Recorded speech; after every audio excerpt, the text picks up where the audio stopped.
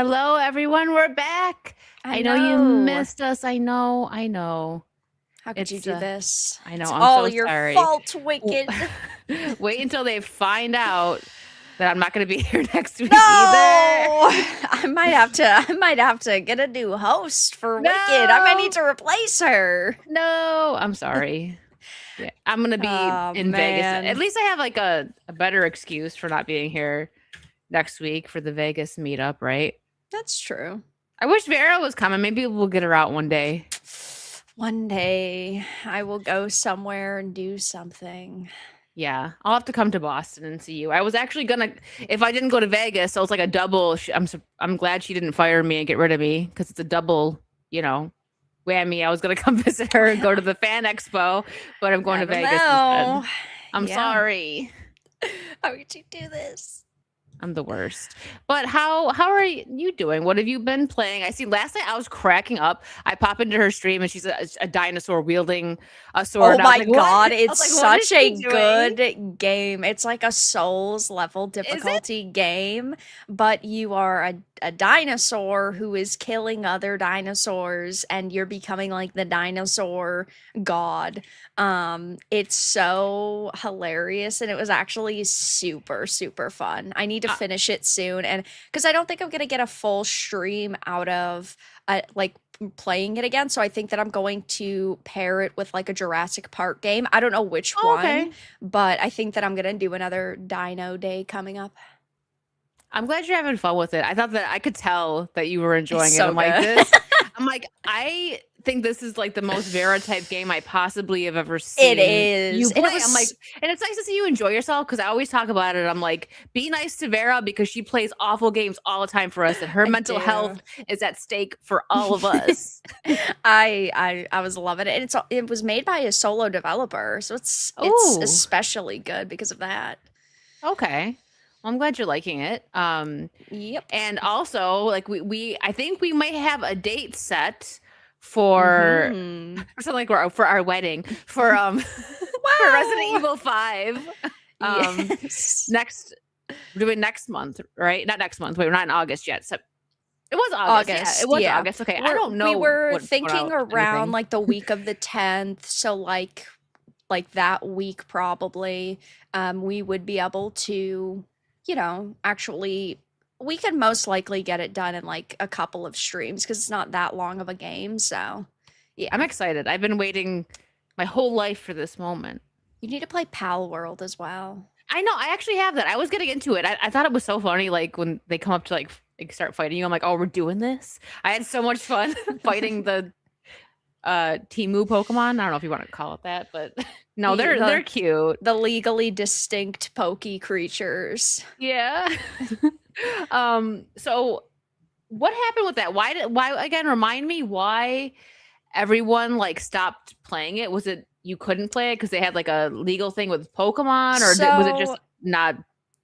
I don't So know. it's because it went into early access 2.5 years ago, and so like Yeah. it was only a small portion of the game. It wasn't all of the content, but now it's finally out into full access, and so that is why they did throughout like the 2.5 year period, they did have to like change some designs, and they were talking about changing like the capture system, and people started to get worried that like it was just going to kind of fade away and that they weren't going to really do anything else with it, but obviously that hasn't happened. The game has been doing fantastic. It has now sold over 30 million copies, which means it's technically sold more copies than every mainline Pokemon entry. Now, That's of course, there insane. is a big difference because the game is $30 versus a Pokemon game that is like 60 to 70 to and now, I mean, the next one, Wind and Waves, might be 80, but Phew. it's made a lot of money. It has done really, really good. And they also just launched the TCG component, which is extra hilarious. Okay. Well, I have it, so I guess that Yeah, was just a it's demo that I good. was playing. I was into it, so we'll get back into it and we'll join forces and probably spend way too much time playing the game because when you find two girls playing a cute game like that, it's over. Yeah, and especially when it's a game that has a lot of cute creatures, but also you get to enslave them and force them to do hard manual labor. Like, it's especially it's just more special. It's especially special, I guess is the best way to say it. Like having to then decide who is cute enough and worthy of spending time on your base or else they get sent to the meat grinder. I was just gonna say that does Ryan play this? Because I know he likes Pokemon, and this just seems like something that he would enjoy. I've been Enslaving telling cute him to. creatures. I've been telling him, but he hasn't yet. Well, you can't make him play that one because it's actually fun. You I torture him know. with bad He owes me games. mixtape now, so Oh, so that's the one that you decided on. All right. yeah. Yeah, she's so happy with herself. I well, I was away for a couple of days with friends, family, not like long, but it kind of messed up my gaming schedule. This is the last game I played. I'm really Yeah. enjoying it, but holy crap, is it hard? Like the boss Yeah. fights, it's like you have to get the groove. It's not that it's hard, it's that like sometimes like your hitbox is like huge, and then like Yep. you know what I mean?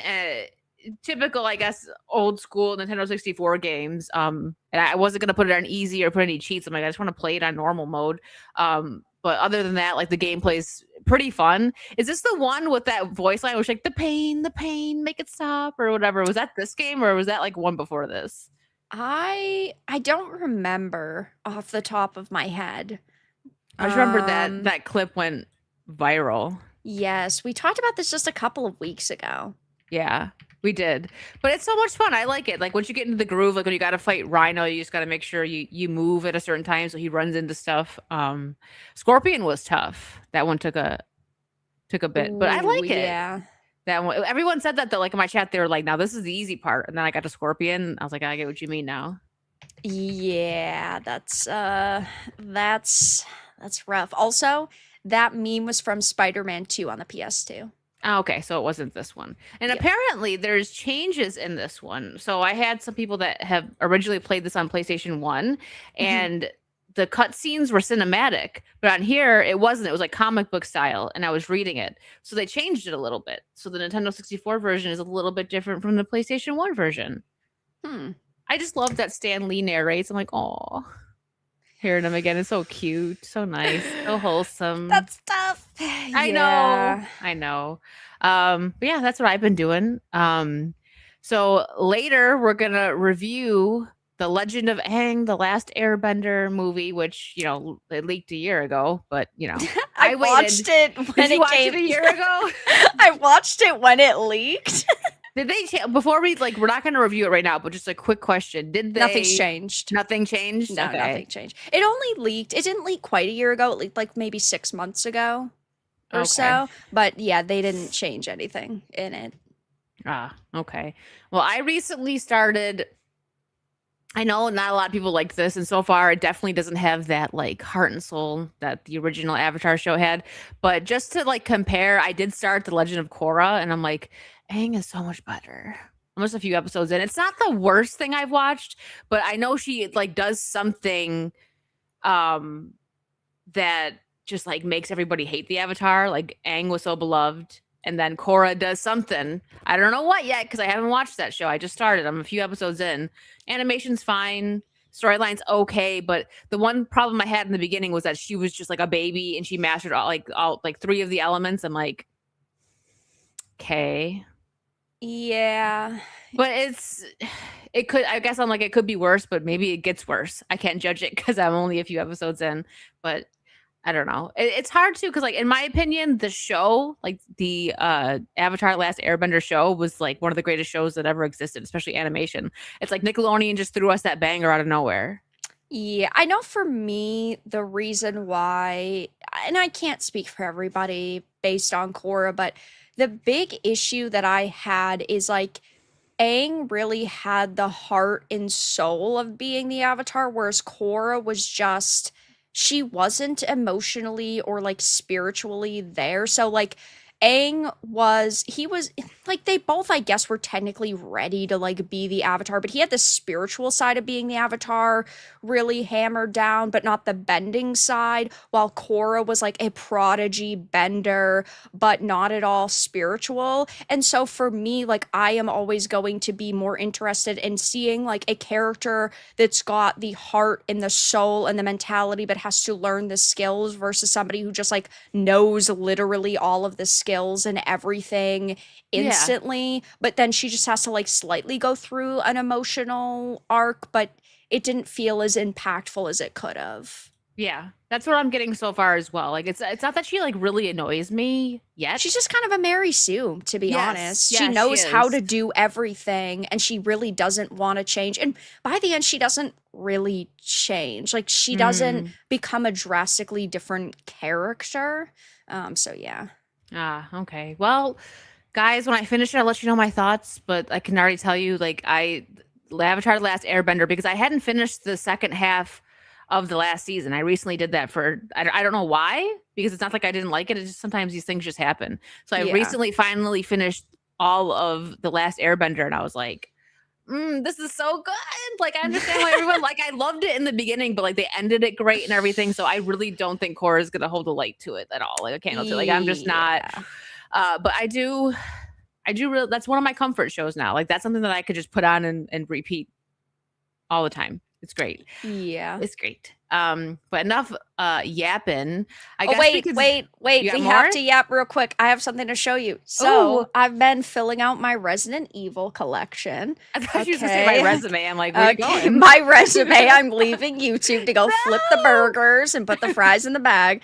So I had gotten a new copy of Resident Evil 3, but it's the one with the Dino Crisis demo in it, Oh. which is super cool. But I also got the guide with it, and it's got all of the posters in Ooh. like basically perfect condition. The posters are, and like it's sick. So I had to That show you. is. I I kind love of had to it. flex on you a little bit. I'm kind of annoyed with you because you keep abandoning me, and so I just had to make you a little jealous, I Look what I guess. have. Suck Yeah, it. look what I have. You don't. L plus ratio, No, bozo. hold Like, on. Let me just go on eBay real quick. Give me a minute. No, no, that's nice. I love that. And I'm yeah. gonna give the Resident Evil for the Nintendo 64 another chance because you can change the controls.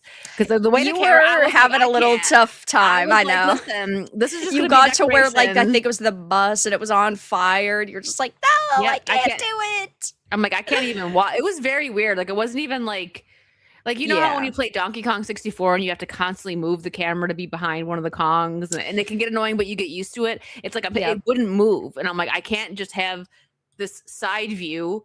I kept getting eaten by zombies, like 'cause you know they love the Leon shoulder, like that's just their thing. Yeah. I'm like, I can't do this, so I'm like, all right, I'm gonna switch. So now at least I know when I start like a Nintendo 64 game that I've never played on the 64, I test it out before my stream. So that doesn't happen. If I would have done that, I would have realized that I could change the options. I would have looked into it. So that will come back at some point. Yeah. Um, but yeah, that's a nice little collection you got there.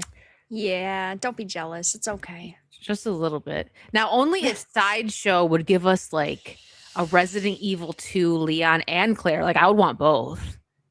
Right? Get Like, you know, just it. Get I don't know it. why haven't they made it? We got so many like random. I've got Faith from Buffy the Vampire Slayer, which not complaining, but you get smaller characters, I guess, from shows and everything, but not Leon and Claire. That would Well, fly off the shelves, I so think. that's the thing, is like they have done so. I know that they did like a Leon. I Yeah, think but it it wasn't was that good, right? I If think it was Wiley's in Ari. here. I think it was Resident Evil 2 remake that they did one.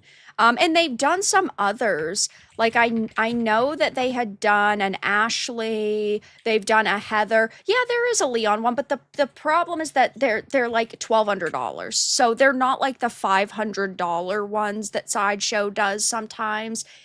Like, I mean, I love Leon, but do I love Okay. Leon for $1,200 for one statue? Yeah, I that's a lot. mean, Here we go. This is it, and it's fine. They've got Resident Evil 4 Leon for 1,000. Here, chat. Let me share show you guys what we're talking about. That's not my favorite one though. Like if I'm gonna spend money on a Leon statue, it's got to be 2 or even 9. If I'm being honest. There's another one that's like $1,700 and he's fighting a chainsaw villager, which is a Really? very sick. Yeah. For Just 3,000, okay. we got Ashley. No, 1,700. Look at this. It says 3,000. Oh, that Pre-order. one's 3,000. Yeah, Oh what my the God. frig? What are y'all doing with this Ashley? Holy mother I don't of want to know. pearl. Yes, Is this I'm like 18. is this like the sus tax? What do you mean $3,000? Oh, they got He-Man. Someone get that for Jay. He-Man does look kind of cool. I'm not gonna lie, that looks cool. I gotta watch that. I'll probably watch it this week because it's on streaming. It was a good movie. You said you had fun with it, right? Yeah, like, it was fun? like it did make some changes. It was pretty corny, but it was better than I expected, and I would watch a sequel if they made one. I had a good enough time with it. Girl brain. We go from Resident Evil to statues to He-Man. Hey, they connect. They It connect. works. Yes, in it our does. universe. Yes. But yeah, I wouldn't spend 3K. Like I remember, which thankfully I had the NECA Catwoman purchase for me. I think that was like $90. Even I was like, it's pretty steep. Yeah. Which it is. But I know people that spend thousands on figures, and I'm like, I could only imagine. Which that was gifted to me, and I will cherish this right there. That's Spider-Man forever. I love that one. That sideshow, even his like outfit. I have to get mine. I have it in another room, but I have a sideshow Spider-Man statue. Which one is it? I think it was Spidey. I think it was Toby's. No, I think it was Spidey 3 actually. I was gonna say 2, but I think it's Spidey 3. Okay, there he is. I knew Wiley had said something that was released before like Sideshow got good. This one is fantastic. Like, oh my gosh, I love that Peter one. And it's so funny because I had it packed away for like a year and then I moved and I'm like, oh my gosh. I opened the box and I was like, this is gorgeous. I think it's because I packed it like a couple months before I knew I was moving. So I'm like, let me keep it safe and I'm not going to pull it out. And oh my gosh, I love that thing. Yeah. But real quick, let me catch some supers. Thank you guys for listening to us Furby it up. It's what we do here. Yeah, it is. I even made this sound when I was like, ooh, when you showed me your Resident Evil stuff. Show and tell. Yeah. Hokey, thank you for the 10. A pirate walks into a bar with a paper towel on his head. The bartender says, what's with the paper towel? The pirate says, I've got a bounty on me head. I'm closing my eyes. I've noticed that if I see something I'm going to laugh at, if I close my eyes and then I pretend it's not on screen, I don't laugh. I'll just keep it starred and pull it up randomly like, boom, jump scare. No, that's cheating. But it's because I'm processing it twice if I read it and I hear it. But if I just have to hear it, the words don't register the same way. She's meditating right now, and you should keep them closed because Corey's about to pop up. Nope. Corey, did you copy and paste Hokey's Why did joke? you do that? I think he was She's ready. laughing. I'd like everybody to know it's not me. I'm not laughing. I'm laughing more so. Oh, here we go. Okay, Corey got it right here. He said, since Hokey's used my joke, how do you wake up Lady Gaga? Poker face. What? I heard that. That's that desk cringe. You have Corey to do was like, better. this joke is gonna get them. I got it ready. I'm gonna post it as soon as they go live. And Hokey's was like, think again, buddy. He won. It's okay. That was. You guys got a chuckle out of that one. Pepper says he pirated the joke. Cation is a thief. They both frequent the same dad joke subreddit, probably. No, they're AI. They get AI of the day dad jokes straight to their email, and then they just copy and paste the same ones. Mike Noss, thank you for being a member for 7 months. Saw an article saying Capcom wants to put out 1 Resident Evil game per year, which makes me hate the discontinuation of physical media even more. Yeah. See, that's something like I said, like Resident Evil 9. I bought that on Steam first, but I also have a copy for PlayStation because, I wanted it. Yeah, I'm sad about that. I hope They probably won't, but it would be nice if maybe they go back on it if enough people push back. But I don't think they will because at the end of the day, they're still going to make money. They're going to make more money because they're going to charge the same price, maybe even more, and not have to produce physical copies. So Yeah. I hate the fact that physical media is now going to become. I don't know if every company is just going to kill it across the board starting in 2028, but like it seems that we are very quickly headed towards this all digital future. And it is a shame. There are still different physical media products, right, that have been actually seeing a resurgence, like vinyl, cassettes, and things like that. But at the same time, I I think that it is very tough to sit here and defend a company or say it's okay that a company the size of Sony is doing this just because they want to. Like, they make billions and billions of dollars every single year off of the video game industry. They're not going to get my sympathies because, oh my God, costs went up a little bit. If it's true that, oh, only a small group of people buy physical media, which we know based on the Insomniac leaks, that's not even true, then why is it that they can't just also do a detachable disk drive like with the PlayStation 5 Pro and still allow those quote unquote few people to still buy physical media if they want? Well, it's because that's just a lame excuse and their numbers are all lies and they're claiming that this is the case, but it's not. I mean, the Insomniac leaks, I know that they're 3 years old, but they claim that like God of War Ragnarok, 76% of the copies sold were physical at that point in time. That is insane. Spider-Man 2 was like an even 50-50 split. I mean, there was an entire list, and I know that things can change quickly, but I don't think that we went from 76% to like 5% overnight, no, basically. no, I don't think so at all. I would argue that there's even a bigger side of the people that do get physical. Like an example, me, I do get the digital version, but if it's a game I really like Resident Evil, I also buy the physical version. Right, you And buy then it there's people, twice. yeah, and then there's people who everybody that has a console, now it's PC players mostly, I would say. I know you can get digital versions on like PlayStation and Nintendo and all that, but I think it's mostly PC players that get the digital version because, well, that's like the only one you can get. Most new PCs don't even have a disk drive. Mine doesn't have a disk drive.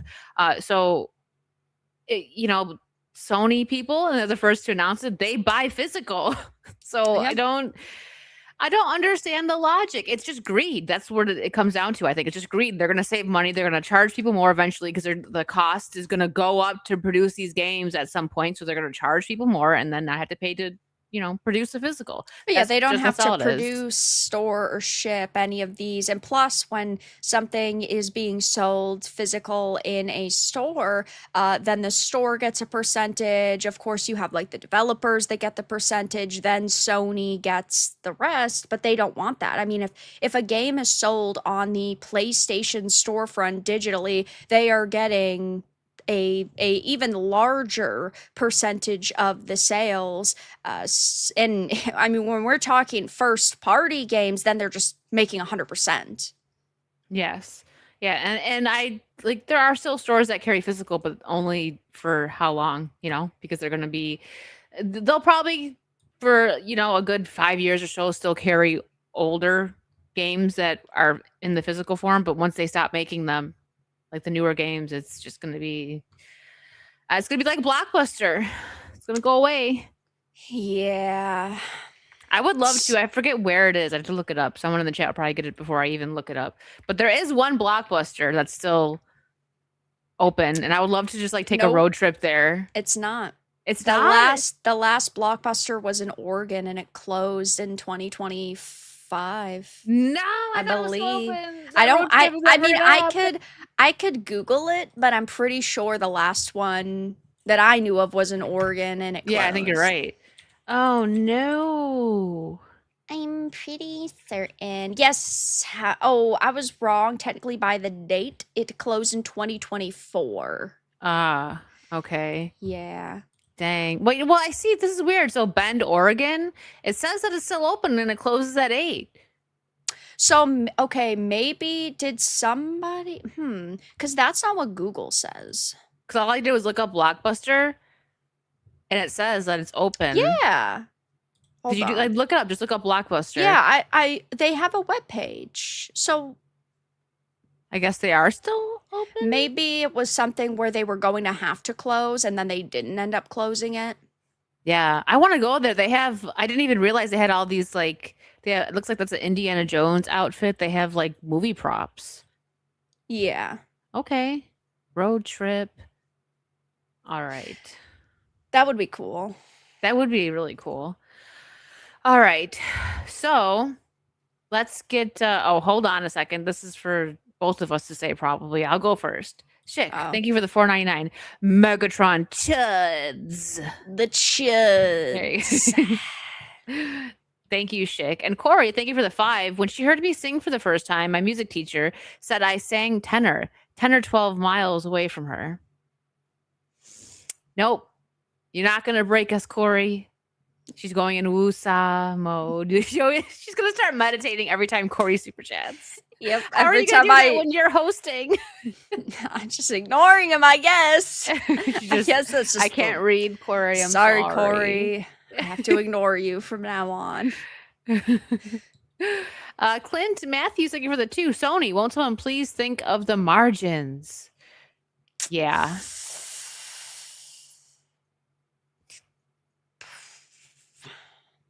Or dying. Who knows?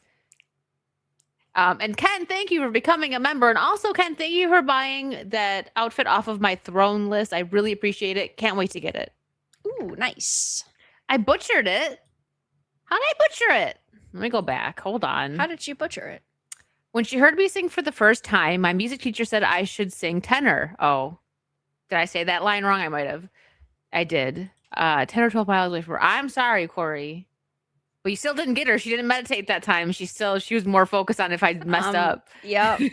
It's fine. Sorry, Corey. All right. Well, here we go. Let's start with I guess kind of a positive here, right? Because I wouldn't say my opinion differs. There's like the Resident Evil fan base is pretty split, I would say. There's some people that are very angry, and there's some people who are like me, where I'm like, I'm not hating the comments that Zach Kreger's saying. I can kind of see his vision. I can only see so much, right? Because we've only seen the trailer.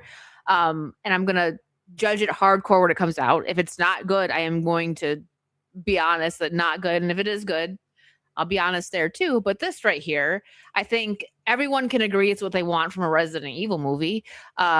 He says that Resident Evil is definitely the most violent thing I've done, which says a lot because man, has he done some shock value stuff with like Barbarian absolutely. and Weapons. Barbarian mostly. Like, yes, Weapons had its moments, but Barbarian was like scarring. So Yeah. it really Yeah. was. So he said, you got to go grotesque, he tells Empire. So it's gnarly, it's brutal, a very bloody affair. And that's what you'd expect from Resident Evil. So that I think everyone can agree is what they want from Resident Absolutely. Evil. Like the thing is I know that the beginning's not going to be like blood and guts and gore. And it's not going to be super intense. And I hope by the end, I hope he doesn't just instantly kind of throw you off the deep end when it comes to the horror. I hope that it builds up steadily, because otherwise I feel like the middle of the movie, and this is just based on what has been said so far, the middle of the movie is going to be very like heavy-handed with the action, and then it's going to feel like a low and then a high and then a low again, and I don't want that to happen. I am like Wicked pretty excited for this movie, but the more we're hearing about it, I'm getting a little worried about it. Like, this sounds good. I want a violent Resident Evil. I want a violent, gruesome, horror video game inspired film, of course. So I think that he can pull off way darker than he's done, and he's done some dark films. Oh, absolutely. So my thing is, I'll get to his comments in 1 second because he makes a few of them. I agree with a lot of what he's saying. However, I understand why people are a little hesitant. You know, when he's going to take liberties. We hear that from anyone in Hollywood these days. If this would have happened 15 years ago, people would be like, oh, cool, let's see what he's going to do. But since Hollywood has taken so many liberties with franchises that we love, it's like, what are you going to do? But on the other hand, with that, he's not taking like Leon or Claire or Jill. So he's not going to like mess up any established character or try to add to them. And that's something that I actually agree with him. Some people were saying that it was like cope, but I disagree with that. When he says, like, if I take Leon, they're going to be like, the hair's not right. Leon wouldn't say this. We know 100% that's how the fans would be. So he's like, he already exists. I'm not going to cannibalize the game's characters because they're already established. So I see what he's doing here. I like that he's trying a different, like, this kind of reminds me of Resident Evil 7. At first, I liked the game. People were, like, what is this? Who's Ethan? I want Chris. I want Leon. I want Jill. Like, they're like, who is this just normal guy just jumping into the Resident Evil world? So I get that vibe of what he's doing here. He's taking some unknown person. I do wish that it was set in 98.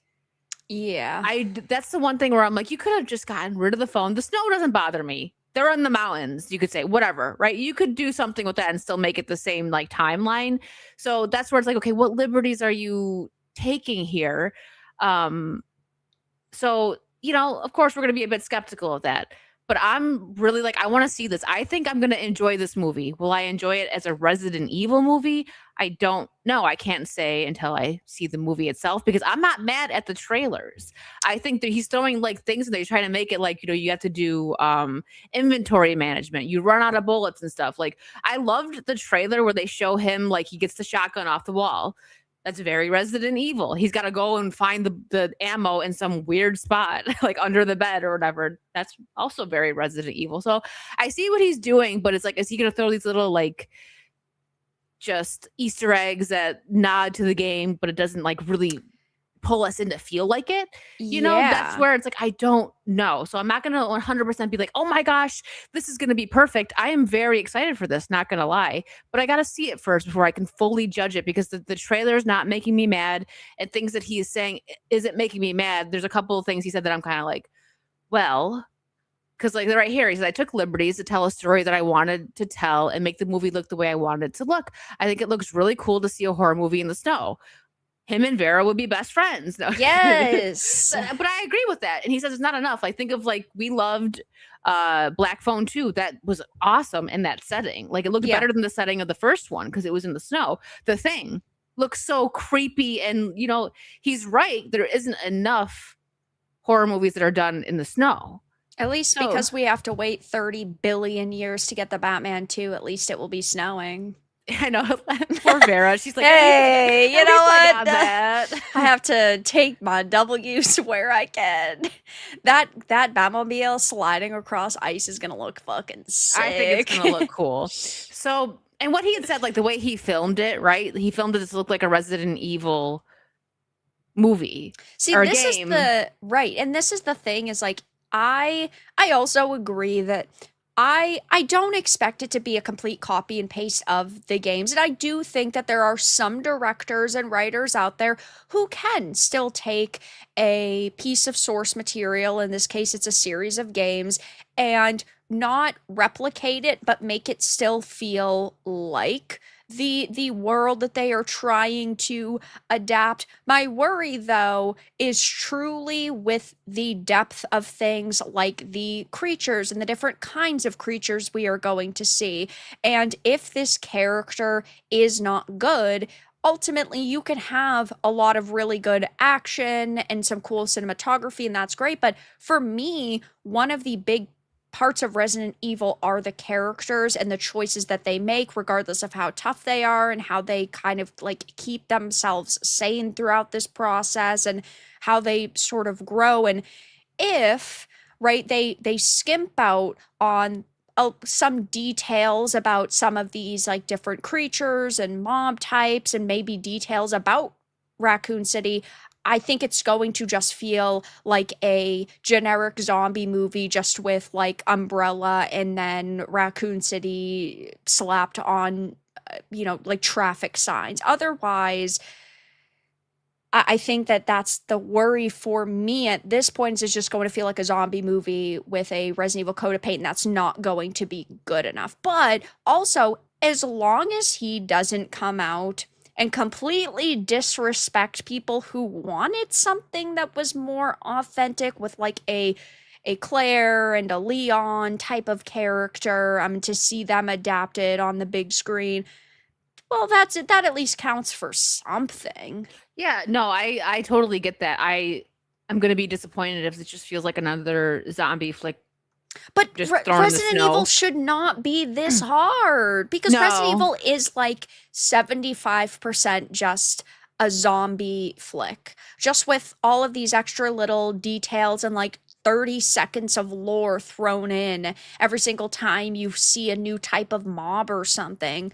But it shouldn't be that difficult to adapt, and yet No. these brain dead losers never seem to do it properly. Exactly, exactly. So that's why I'm like, I think Zach Kreger is very talented. So it's Yeah. like, all right, it's not like I don't feel like this is going to be like Star Wars, right? Where he's just taking the name because he wants to get the fans. He is a fan of the franchise. He likes Resident Evil, so he wants to make something like he even explained it. Like if this was made into a game and it was called Resident Evil 10, no one would bat an eye. And so far, I'm seeing that he's being respectful because people really are tearing him to shreds. And it's like, dang, see the movie first, maybe before you go that hard. Because I don't think the trailer looks that bad. Like I don't think it looks bad at all. I think it looks pretty cool. But Right. again, I get it. Like fans are passionate. I love Resident Evil, but I'm excited for this. If there was one director that I could pick right now, it probably would be Zach Kreger to do it because I don't look at it as he's just taking Resident Evil and trying to pull the fans over and then going to give them crap because he's a fan himself. And we don't see that. Like, look at what happened with Star Wars. It wasn't fans that took it over, they completely butchered the storyline. So I just want to see what he's going to do. I'm excited to see his take. And another thing about Zach Kreger is, and he's even said this isn't going to be a one for one of the game. The games are already done. I'm just telling a side story in this universe. And I don't think there's anything wrong with that. And also the way he makes his movies, the first two only two I've seen, I'm sure he's probably done other ones, but the two big ones, Barbarian and Weapons, you don't see that ending coming, which I respect him for that because I hate when you're watching and you're like, you see what's coming, you know what the ending is going to be like. He doesn't do that. He Right. really shocks you with his ending. So if he did a one for one of Resident Evil 2, then, it would be I think that'd be too boring for him because he needs to keep you guessing. Yeah, definitely. I really, really am hoping though that the thing with Zach Kreger is I'm really hoping that he doesn't feel too big for his britches because he Yeah. has gotten very popular very quickly and he has been handed a lot of money and a lot of opportunities very, very quickly. And I fear that he's just saying this because he feels like he can almost do no wrong because he is Mm, at like such a career high in such a short amount of time. yeah. And I don't know. I think that I can't imagine him making like a god awful movie, but at the same time, everybody is clearly capable of it. Absolutely. And like you and I will be the first to say, like, I know obviously there's a lot of Resident Evil fans, but I think out of all of my friends, at least the ones that stream, you and me are the ones that are going to be like looking at this Aw, very you're your own closely. friend. I'm That's my good, own. Wicked. You That's know what I mean? nice. I'm I'm happy your for friend. you. I think, unless I like this movie and you hate it, then it might be. But we're gonna be looking at this very closely, and if Yeah. it's not up to par, we're gonna say it. But if it's good and it's a good Resident Evil movie, we're gonna be honest about it. So that's the only thing I'm saying here is like I don't think the trailer's bad. And I want to see what he does first before I rip him to shreds. Because it's like everyone that's ripping him to shreds, if this comes out and it's like, this was a banger Resident Evil movie, they're gonna be like, oh, well, shoot. So it's like, just give it, let it simmer, watch the movie, and then give your critiques, is all I'm saying. Because I don't have a problem with the trailer. That's just my take on it. Yeah, I agree. I haven't seen anything between like the teasers and the trailers and all the promotional material that really makes me feel worried about it or makes me feel like this is such a major red flag and I have no hype. I feel like the majority of people have been pretty excited for this, but I think that people also know how bad the other Resident Evil adaptations have been, and so they're like, shit, this can't be much worse than those. Exactly. So we'll see. I'll play one clip. I had a bunch. I just kind of read what he'd said. We'll play one of his clips here because there was quite a few, and then we'll get into some news from the games that we had seen. But yeah, this was him passionately, and this was something else too. When you see, I feel like especially these days, you'll see directors or writers, whatever, talking about their stuff, and they're just kind of like, "Oh yeah, so I did that." They don't seem like they have much passion, but like right here, like I'm just gonna. He seems very passionate about it. So to me, that's a good sign. I'd rather, even if it ends up sucking, it's like at least he seems passionate about it. I don't know. I mean, if it sucks, I guess it's not going to matter, right? None of this is going to matter if it sucks, and Yep. none of the negative people are gonna. It's not going to matter what they said if it's great. So again, let's just wait for it to come out. But Yeah.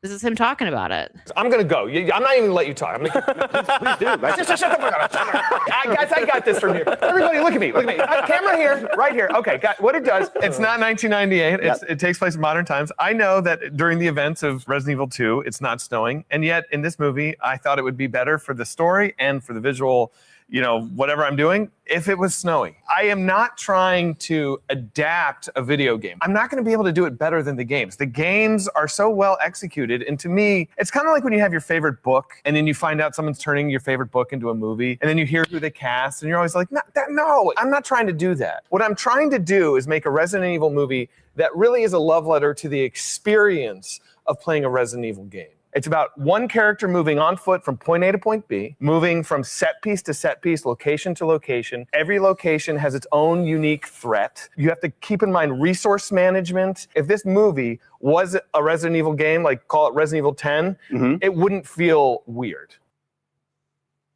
So I can that's what I'm saying. Like I can see what he's trying to say, but we can't really be like, oh, I get his vision until we see his vision. Right, and I almost worry that somebody saying this like, "Oh my god, it'd be impossible to adapt such a good game," is kind of like a cop out, and that's just kind of like an excuse to not try your best because you could. You could try your best and you probably could do a pretty damn decent job at it with the amount of money and resources that you have at your disposal. But we also know that, yes, he does like briefly touch on it in this. If you, as a director or a writer and producers, don't adapt everything as closely as possible when you are supposed to be telling an exact story, then you face backlash for it. It's like they're almost hoping that the backlash that they are going to face because they're not adapting, Chris or Jill or Leon or Claire's story is that, well, the backlash is going to be less than if they had tried to adapt these stories and then, butchered them. So. Yeah, no, I get it. It could absolutely be done. You It's could kind take of like Resident with Evil 2 and turn that into a Yeah. banger of a movie, but it's kind of like the state of the MCU. Like you're telling me that you can't properly adapt these villains and their CGI and these costumes and these storylines when you're putting like $500 million into a movie. Clearly you could if you wanted to. It's just that you don't want to, and the people that a Disney is hiring, they don't want to either because they don't care about that material. I'm trying to think, like back in the day, maybe now we'll see. I don't know, but I feel like 10 years ago, I would be like Sam Raimi should adapt a Resident Evil 2 game and probably could do a pretty darn good job. But now I don't know. I don't know who I would say like to adapt it because you're right, maybe it is a bit of a cop out, but I do get what Zach Kreger's saying there where it's like no matter who he puts in the role, people are going to have problems, but that's just how it is. Just make the movie you want to make and people are going to love it and they're going to hate it, which is the same thing happening here. I mean, he's touching Resident Evil, so no matter what he does, we see what's happening. The fan base is divided. I think it's going to be a good movie, but is it going to be a good Resident Evil movie? I don't know. Right. You might That's be able to my sit down and just watch it as a movie and be interested in it, but if you as a fan of this series of games are you going to feel fulfilled? That's an entirely different question. It would be Mhm. like if Five Nights at Freddy's came out and it didn't play so much into the lore of the games and respect the fans. Well, that's a good movie, but did it do a good job at being an adaptation in this case? Yes, but you don't know if this Resident Evil movie is going to do that, but for Resident Evil. Exactly. So I'm excited. I hope it's a good Resident Evil movie. I myself actually haven't seen the other ones. I'm gonna watch the first one. Everyone says it's not. I like it. I'm sorry. No, I people say know. that. That's I actually know. Somebody's popular. gonna try to crucify me and be like, "Oh my god, how could you do this? I thought you were a real Resident Evil fan." Blah blah Well, blah. Talk that's to the the thing. hand. You're not the It's only person I've heard fun. that. I heard the first one is fun. The other ones are like kind of, but like the first Yeah. one, that's what I'm saying. People enjoyed the first one, and it has nothing to do with the games. Yeah. Um, The first so one was it was a I don't think it was the best Resident Evil movie that it could have been, obviously, but it was yeah. it was It a was still fun fun. movie. That's Yeah. what I heard. Yeah, I'm gonna eventually. It's on the list. I'll make sure I watch it before this one comes out, so I could do a proper comparison. I think this will be a better Resident Evil movie. I think it's gonna Yeah. have more nods to the game. Like if you watch this and it feels like Resident Evil 10 or something interesting, I think that's kind of cool. But again, I don't want to sit there and be like, it's gonna be amazing. Shut up, everybody, because I don't know.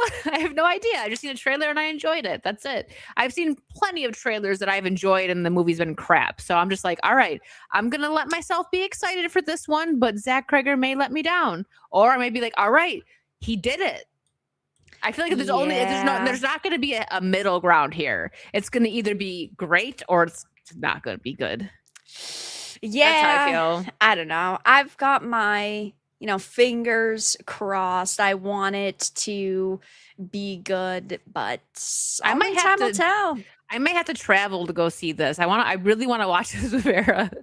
We're gonna be like, this crap to women just Oh yelling in yeah, the theater. the tickets to the Warren Museum went up because they are moving the Warren Museum now, guys. At least for this year to Salem, Massachusetts. And so that means that it's oh my god, it's constantly been in the news and blah blah blah talking about it because Matt Rife owns it now. So he's been doing like more shows in like Boston and stuff. So yeah. Isn't something missing from the museum, or didn't someone die when they touched Annabelle? Had like a heart attack? I don't There was a know, story about that. probably. I I'd don't know, believe man. it. I ain't touching nothing. If I go there, I'll look. I ain't not touching a thing. I don't need to get possessed. I'm not gonna get possessed. I'm not like that. I don't think that way, but it's just like there's definitely probably some darkness in there. Or I just watch too many of the movies and I'm like, Nerd. yeah, You're right. convincing yourself. I'm safe. It's okay. No, I'll be in there with a crucifix. Like, I'm good. Nothing's getting through Warren here. Museum branded. Yeah. Buy Oh for my $25. God. Oh, probably. But on a nice little Resident Evil bright side, because you know what? There's plenty of people that like absolutely hated Resident Evil Requiem, and I loved it. A lot of That's people that crazy to me. that I'm seeing that are having a problem with this movie are like, it's gonna suck just like Requiem, and I'm like, we're not on the same page here, buddy. I didn't. Yeah, think I liked sucked. I Requiem. liked it a lot. Yeah. So Resident Evil Requiem has now sold over 8 million copies. Ooh. Fastest selling game in franchise history, highest selling game of 2026 so far. They know what to do. They knew it. Like, throw Leon in there. But I just thought what they did was fantastic. Grace isn't one of my favorite characters, but she was like the everyday girl thrown in, like, like how a normal woman would act. It's definitely thrown into this situation. really wish that they had made her, instead of a more like, ooh, scared, almost damsel in distress type where she was constantly just like gasping and scared. I wish that she was a little bit smarter and a little bit nerdier, so that, like, I don't know, she moves a mirror around and then the enemy runs into the mirror, and she like comes up with things a little bit more on the fly to distract enemies and do things that felt a little bit more like you put 5 seconds of brain power into that. And her stuttering kind of triggered me by the end. I know. Yes, I know. exactly. Please, Leon, give me 2 bullets instead of 1.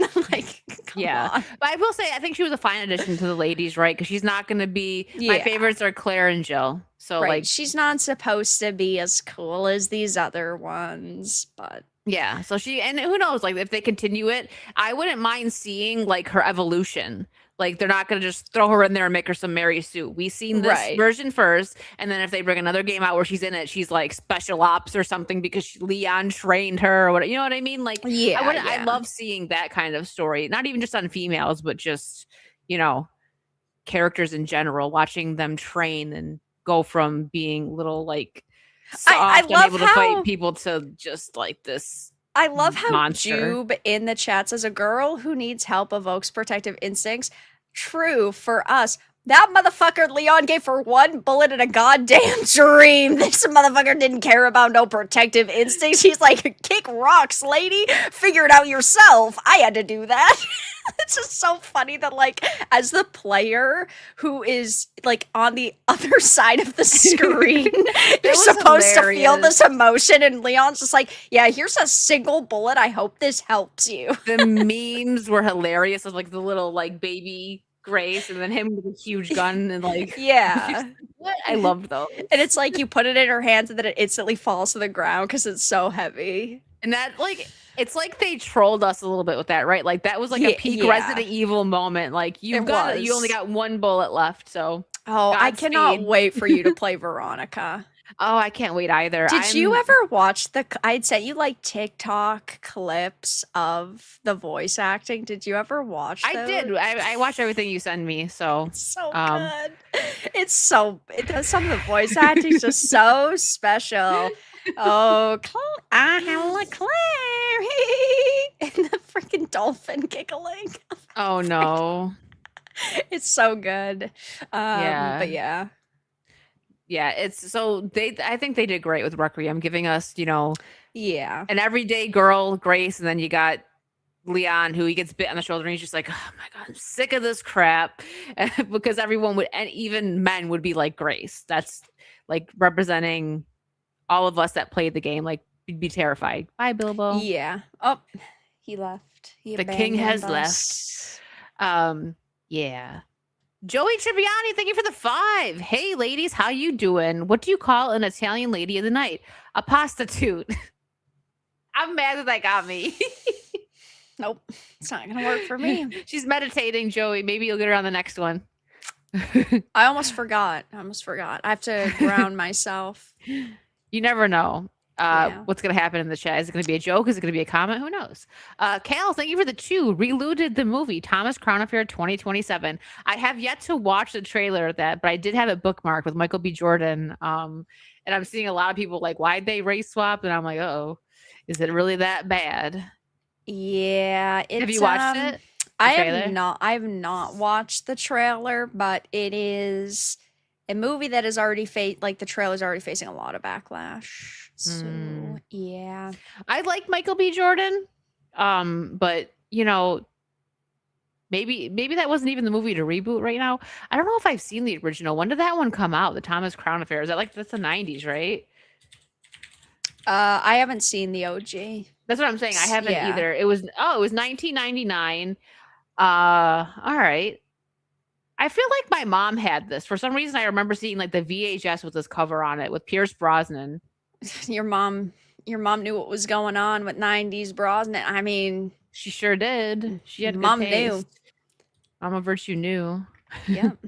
Yeah, I haven't watched it though. I mean, not surprising because that's not like. I think there was a version of it before that though. I'm pretty sure the 99 version was a remake or like okay, yeah, I was gonna say like I was pretty sure that wasn't the OG.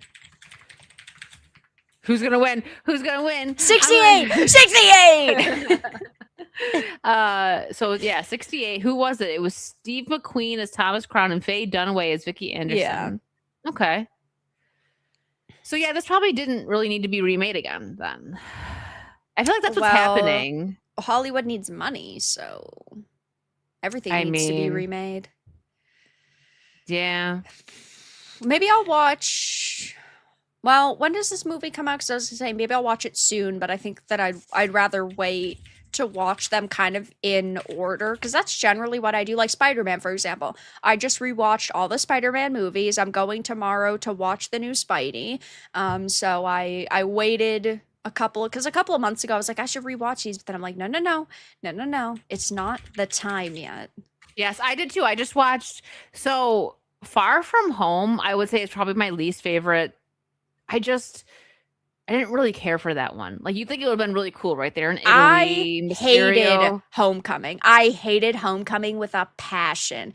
I couldn't stand it. I don't know why. I think for me, my problem with all these movies is Zendaya. She always looks like she is high and exhausted and that she hasn't slept in 500 years.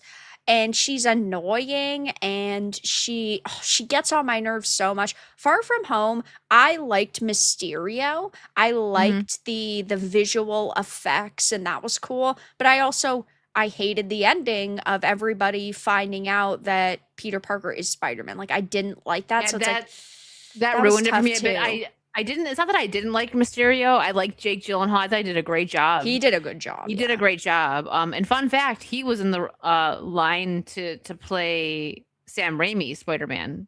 Toby got the role though, which that was a good choice. And Gyllenhaal might have done a good job, but now I can't see anybody but Toby in that role. But yeah, I agree with that, because they show there was a side by side of Toby's Spider-Man and Spider-Man 2. And that one, and when some people found out, they don't know who Peter Parker is, but when they see Peter's face when he's all beat up from Doc Ock, and he's just a kid, and they're pulling him onto the train. They say they protected him, and then the little boy's like, "Don't worry, we won't tell anybody." And I'm like, man, it gets me my feels every time. And they hand him this thing, and then they show Tom Holland, and they're like, "Boo!" And they're all like, "Hey," I'm like, New York doesn't hate Spider-Man, right? Seriously? It feels so out of character for Spidey. It's like, why the hell would you be happy? Why would you defend a guy who just showed up that you saw in 2 battles on a screen that happened to save a small group of people, when Spidey was basically at that point known as an Avenger who helped save everybody? Exactly. And then even in the first Spider-Man, when Peter's trying to, the Tobys, when he's trying to save the kids and MJ, and then the Green Goblin, they start throwing shoes and stuff at him, you mess with Spidey, you mess with New York, and they're all, you know what I mean? That's and then in the Garfield movies, when he's injured and he's climbing up the buildings and he has to get to Oscorp, and they move all of the cranes so he can swing across faster. That is what Spider-Man is. Spider-Man protects the neighborhood, and the neighborhood protects Spider-Man. Yes. And that doesn't happen in these movies. No, that's why I think so. No Way Home, for very obvious reasons, was the best one out of the Tom Holland ones. Now, Brand New Day, I actually think I'm going to enjoy this, because they've taken away all of his comforts, right? MJ and Ned don't know about him, right? So he doesn't have that comfort. He doesn't have Tony Stark giving him money anymore. They didn't kill Uncle Ben, but they killed Aunt May, which was his support system. Because one thing that goes over all the comics and Peter Parker's life is supposed to suck. And it wasn't that, he's definitely in No Way Home was when they started it, right? So it's if you haven't watched No Way Home and you're going to go see this, definitely at least watch No Way Home, so you see what happened, when Strange had to turn back the clock and make everyone forget him, whatever. So this feels like it's going to be actual Peter Parker. His life's going to suck. He's got to fend for himself. He doesn't have anybody to lean on. And he doesn't have $1 billion missile Stark system, and then 1 billion different Avengers characters who will show up to help him and give him suits. And he's just I think Peter Parker and Spider-Man, not just Spider-Man, who also happens to be Peter Parker. And I think the suit looks pretty cool. It looks much more classic than the Yes. others, and like the Iron Spider was cool for the hot minute that we got it. Mhm. I don't like the nanotech. I think the nanotech looks so weird, whereas like I prefer the cloth Spidey suits. Yes. So I'm glad we're Yeah. not getting like this metal plating and stuff. This just looks way closer to what you would um expect from Spider-Man. Yes.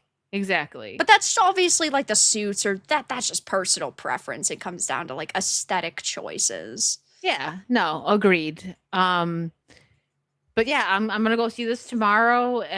So eventually we'll get a review together on this, but everyone will eventually. No. After Vegas, I don't think I'll be missing any more Rare Virtues for a while. So don't get mad at me, chat.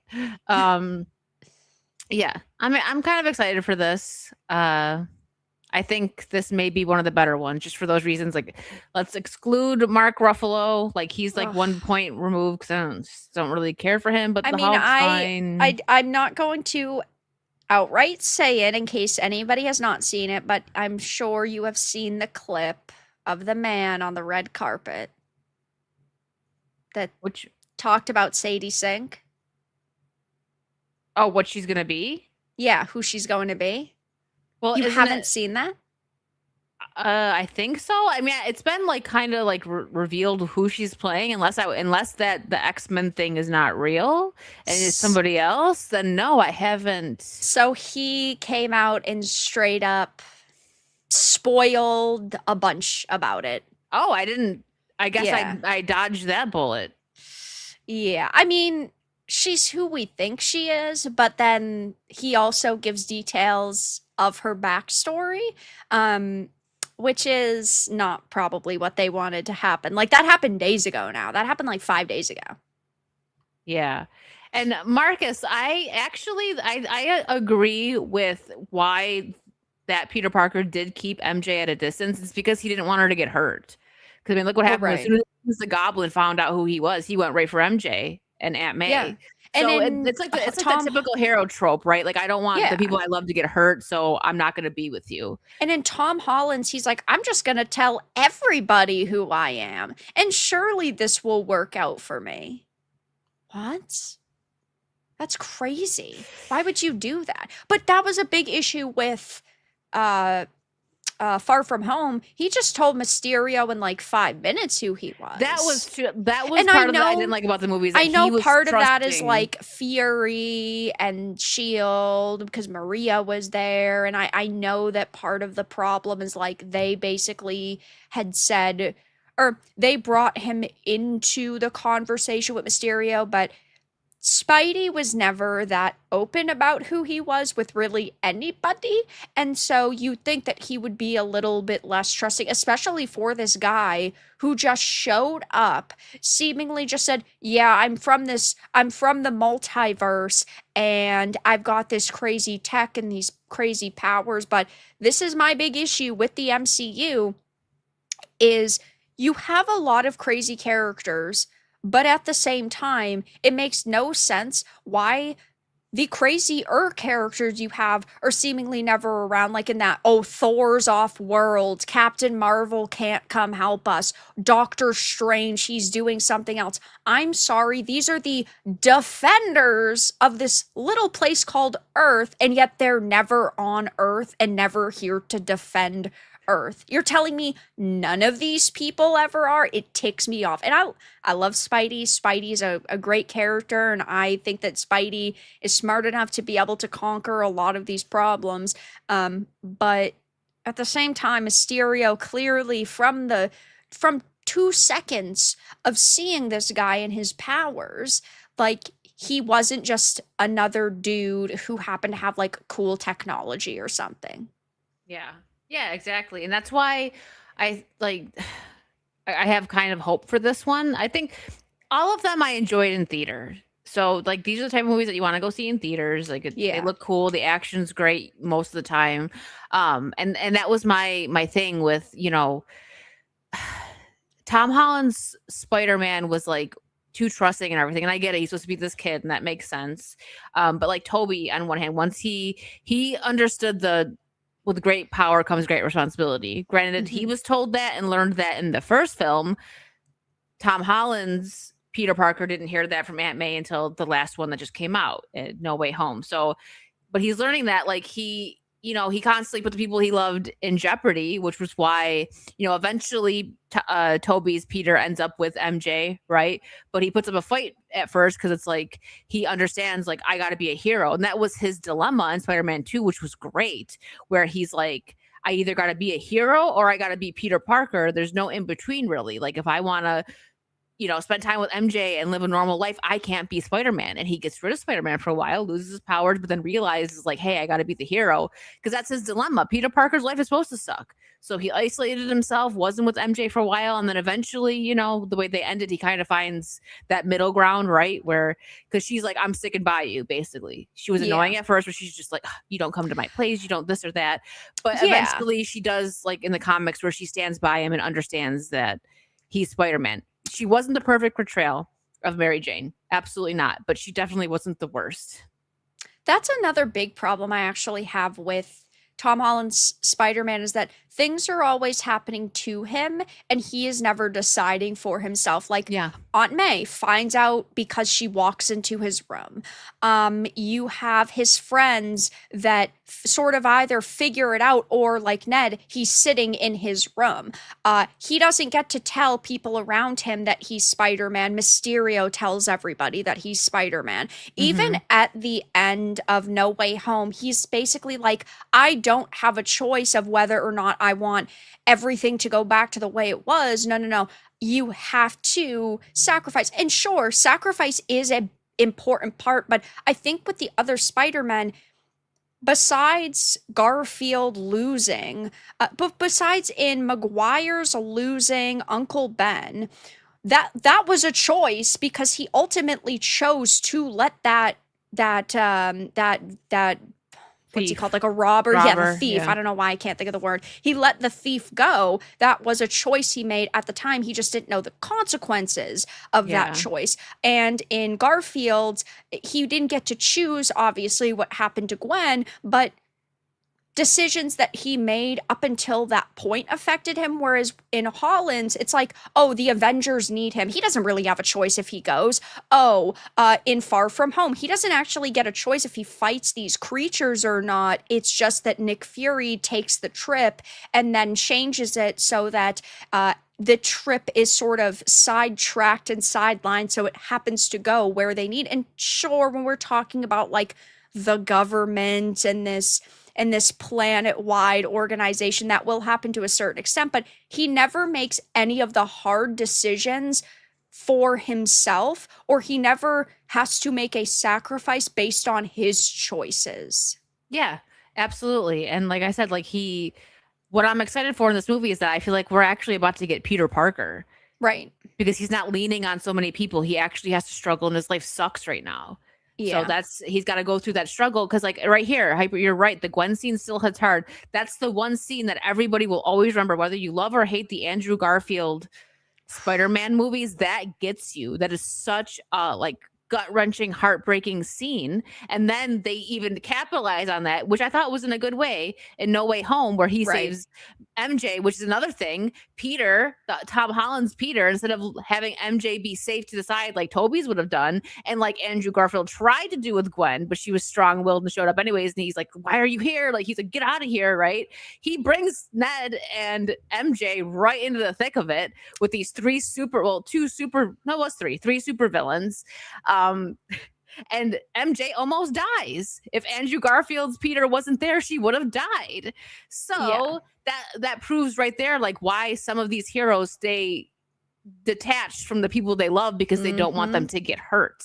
And that scene, oh my gosh, I teared up in the theaters when Andrew Garfield starts crying. He's like, are you okay? She's like, are you okay? I was like, I'm not okay. Like, because that's such a good scene. And that was great in that movie. If the leaks about Doomsday are true about Tobey Maguire, what do you think the response to that is going to be? I'm gonna riot.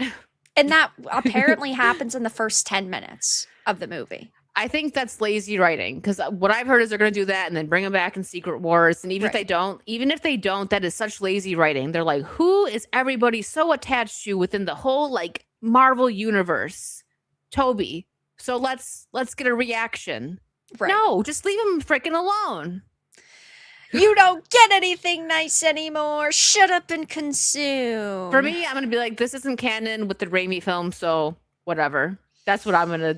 That's how That's the I'm cope going that to you're going to go to bed Yes. with. Yeah. I have I to get that. because it's like you even hear like some of these Marvel actors now that are like, Toby paved the way for what we have now. So he was kind of like, I know there was other superhero movies, but that was like the bar was set with Raimi's Spider-Man. Right. Yep. Definitely. And doing that, like I'm just gonna be mad about it because it's gonna be lazy writing. It's just them trying to evoke emotion. And it's like, no, write a better story. Stop being lazy. Don't take old characters and do stuff to them like, okay, Tony Stark's already dead, so who's next? Like, no.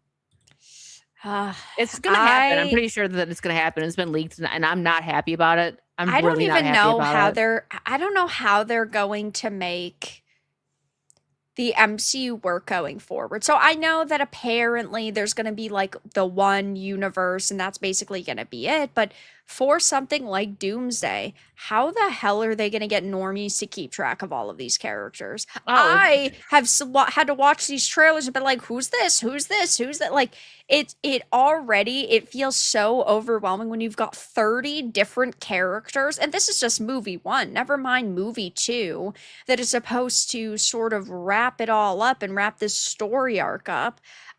I don't know how normies are going to do this. I guess maybe they're just like, ooh, pretty colors and shiny lights, and that'll be enough. I think overdoing all these superhero movies is going to make superhero fatigue. Because we used to get good stuff. Like, remember, like, oh, Avengers is coming out. Can't wait to see it. Oh, Captain America. Yes, we used to be excited for these films.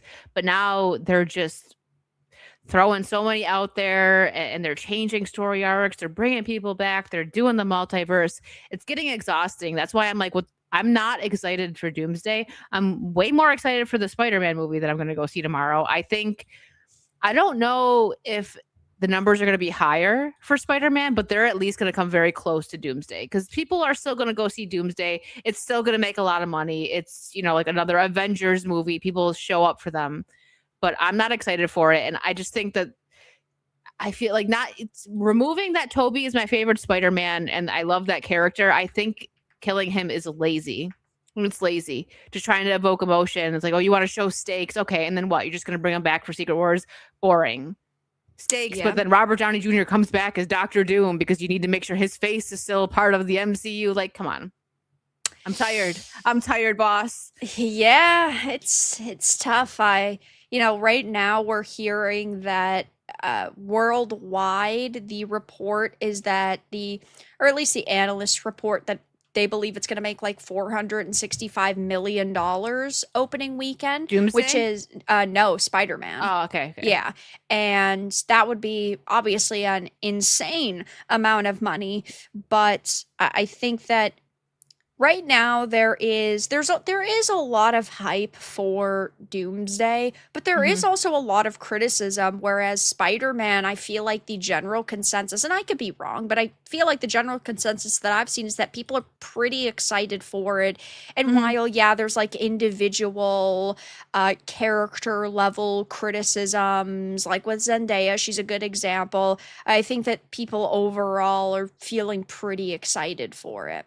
Yeah, so. I don't think that the MCU has hit that wall yet where people are just like, I'm not going to go see it. They're not there yet. Oh, I've been there for years. I know it's you're just there, that, but it's just that for normies, me, right? Yeah. The normies haven't quite hit that yet, and kids it's still on a case-by-case basis, because like Spider-Man's bringing people in, and then the Avengers name is bringing people in, but then look at all of the MCU films that have failed, back to back, Thunderbolts and the Marvels, and yeah. That's true. Yeah. So there is some fatigue, but they still have some characters that have pull, which is why I think we're probably never going to get a Tom Holland Spider-Man where he's the only hero in it.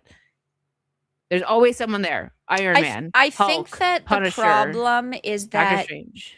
No Way Home cemented that, because even though that was based on nostalgia, they had 3 heroes, and then how many villains were in that? 8 villains were in Mhm. that in total, or 7 villains were in that in total. And so they felt emboldened by that, and then they felt like, oh yeah, the other Tom Holland Spider-Man movies have made money, but look at how much more these other ones made when we threw in all of these different characters. And so they feel like, ah yes, we need to put as many characters in there as possible, because Brand New Day has Sadie Sink's character. You've got the Punisher, you've got, and these are just big names, not necessarily heroes, but the Hulk, you've got I feel like there's one more that I'm missing. Hulk, Punisher, you've got Sadie Sink's character, and then You're right. Who are we missing? I think I'm missing somebody. I don't know. Maybe Florence Pugh as Oh, Yelena. Yelena. She's in it. very forgettable. Yeah. And That's why. I will say, Mark Ruffalo wasn't at any of the press tour events, which is a little surprising given the Hulk is a big part of this, but Michael B. Jordan was at all of them. Really? Killmonger isn't supposed to be in this. So, but he's been there. So maybe they just figured he's a big name in Hollywood right now, so we might as well throw him into the press tour. Yeah, maybe. Yeah. No, we were talking about, and we know Scorpion and the Hand. We were talking about as far as like heroes that were supposed to be. Yeah, in like this. heroes and villains and like these bigger, characters. Yeah. But yeah, I think so. We're never gonna get a standalone like just Tom Holland Spider-Man as the only hero.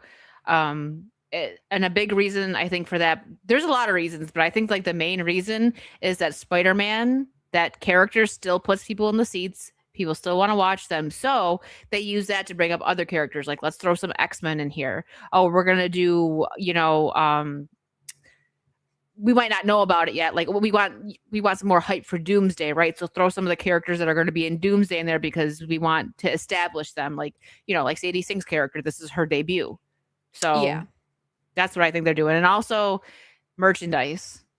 You can sell. So we know that's what this is all about. Which I hope I can get my hand. Listen, they got me with it. There's some of the stuff. Even you liked some of the stuff you've seen from this for Spider-Man. I'm going to a small theater. It's not Regal or AMC, so I don't know what I'm going to get my hands on. I hope I can get a cup, maybe a popcorn bucket. I don't know. It won't be the end of the world if I don't. But I want something. I'm not hitting eBay because I refuse to pay triple the price. I was literally just checking to see what the popcorn buckets And that's why were. I'm like, no, I had to yell at her. She was going to get the Yoshi popcorn bucket on eBay. And I was like, I'll get you one. I will not allow that. You can get for $90 the cup and the popcorn bucket. Only 90. Well, the popcorn bucket's 50 alone, right? Oh, So send me the link. She's like, why did you have to tell Just in me? case. Just in case. I gotta bug my Orlando friends to see, because, maybe they won't run out. There's so much that I've got to be able to get my hands on something. And Jay, thank you for sending us Happy Poop. It's just what we needed right now. Why do you look like you're plotting? What are you going to do? I don't have anything to say. She's like, I got nothing. Nothing to say. So real quick, you sent me, and he's just pooping in the stream. Thank you. At least it's happy. Another one. I guess. Jay, I what still are you don't have doing? this jewel system, by the way. Trigger Vara. You fucker. I have not seen this jewel system anywhere except for in like 2 streams, and yours is one of them. How do I get the jewels? I want the jewels. She wants the jewels. I'm sorry, you're a girl, Vara. You can't have jewels. What are you? I'm a girl, but the way you say it is funny. Like, I want the jewels. I must. It in even more. Why is YouTube sexist? Why am I a woman not getting equal privilege in this fucking platform? Okay, give me the jewel system. And now everybody is sending Jules. I hate They're you trying guys. You guys piss me off. What do you mean? No, stop it. Stop it. Just totally Look what like Jay did. normal. Now she's gonna No, channel it's getting anger just worse. to Jay because he started it. No, it's getting worse. Before we move on and catch up on supers here, there was just one more. This just popped up. I actually hadn't seen this yet since before we completely move on from Spider-Man. Tom Holland says they hated an early cut for Spider-Man Brand New Day. It totally didn't work, and it was what the people were asking for, but it wasn't quite what we wanted as the creatives. A movie can change 1,000 different ways in the edit room. So this gets, I'm like, he said this is what people were asking for, but they didn't like it. Yeah. I still think I'm gonna like this. I still think it's gonna Also- be a good movie, but that was an interesting choice of words to be like, hey, we almost gave you exactly what we wanted, but we hated it. Also, my problem, right, is you as an actor should not be the one that is demanding change. Like there are some actors that have been in Hollywood for freaking 50 years and they clearly know what makes a good or a scene good or bad. Or like David Cornsweet, he on set seemed to know like the tone that Superman should have, or like Henry Cavill on The Witcher set kind of knew the general tone, but they ultimately had no sway in what was being put in the movie or the way that the movie was being cut. And I don't know if an actor should be able to be like, this isn't what we want, and so you need to change it. Yeah, I agree So with it's that. tough because like the movie might be good and that might be a positive, but should that even be the norm? No. Like when an actor starts saying, I don't like this and I need it to be different, that could go wrong very That quickly. could go wrong. That's when you get people like, I don't feel represented in my character, and I want to make, I guess, like Zendaya, right? MJ is kind of just like Zendaya. I will say I don't hate her. Like I know some people really hate her and they're getting fatigued because she's getting casted in a lot. In Euphoria, which you didn't mean to troll me, but you trolled me because you're like, let's watch it so we can review it. And we never reviewed it. I watched the whole dang series. So don't say You know what? That's my payback. I knew you were gonna abandon me. That's my payback. Don't say I don't watch bad things because I had to watch that. But I will say, Hey, Zendaya was good in to that. be fair, first you were the one who was like, maybe we should watch this. You're like, I'm gonna watch it. I was And you were like, okay, yeah, let's do it. We could do it, and we did. And then we so it's like a slight payback for you. All right, will let's say- review it. Our live reaction and review to Euphoria season 4. What is it? 3. It was dog shit. That's my You're TED welcome. talk. It was bad, actually. The first 2 like it's not for everyone, but the first 2 seasons were better than that last one. I will say though that Zendaya played a addict very well. She did good in that. She looks I'll like give an her that. addict in Spider-Man too. Why is she always an addict? Well, Jay, I'm glad you feel comfortable enough to do that on our stream. CRT TV. Thank you. She's waiting. She's got the thing locked and loaded. All right, All I have to do is say it now. let's catch up on Super, shall we? Retromeister, thank you for the 10. Evening, ladies. We might as well call. Did you do talk to text? We might as well call it Evil Resident, not Resident Evil, if it's not connected to the lore of the games. I rather the Mila Jovovich flicks minus Welcome to Raccoon City over Zach's fanfic trash. Well, I want to see what he does. This might be something like he had said, if this were to be like a Resident Evil 10 game, that it fits in with it. So I just got to see what he's doing first before I can judge it heavily. But I also have to watch the first Resident Evil film with Mila, which I will before I go see this. Retro, thank you for another 5. Zach isn't going to follow Sonic's Jeff Fowler's example of success with giving the audience what they want, but Zach is going to give them what he wants.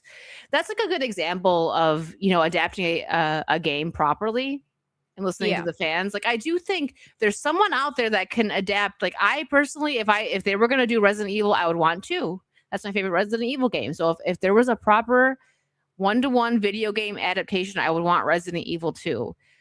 I don't think we're ever going to get it, though.